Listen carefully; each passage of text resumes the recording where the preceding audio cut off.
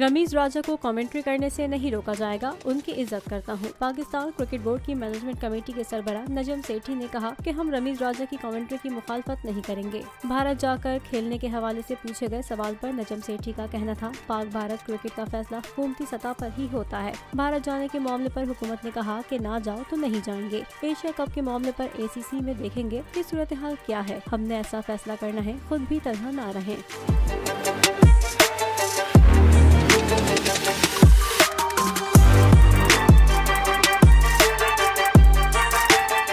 Women league के हवाले से नजम सेठी का कहना था कि विमेन लीग का आइडिया अच्छा है, इस पर संजीदगी से काम करेंगे, लेकिन जूनियर लीग के बारे में मंफी राय ही मिली है। जायजा लेंगे कि जूनियर लीग का क्या करना है। PSL के मैचेस कोयटा में कराने के हवाले से सरबराह PCB मैनेजमेंट कमेटी का कहना था, कोयटा में कोर कमांडर और हुकूमत ने पूरे ताउन का यकीन दिलाया है। हतमी फैसला वहाँ के जमीनी हकाइक देख कर करेंगे।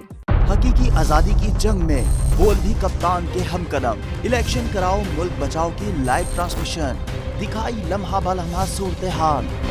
रील और रेटिंग में भी बोल न्यूज रहा नंबर 1। सब्सक्राइब करें और बेल दबाएं ताकि कोई खबर रह न जाए।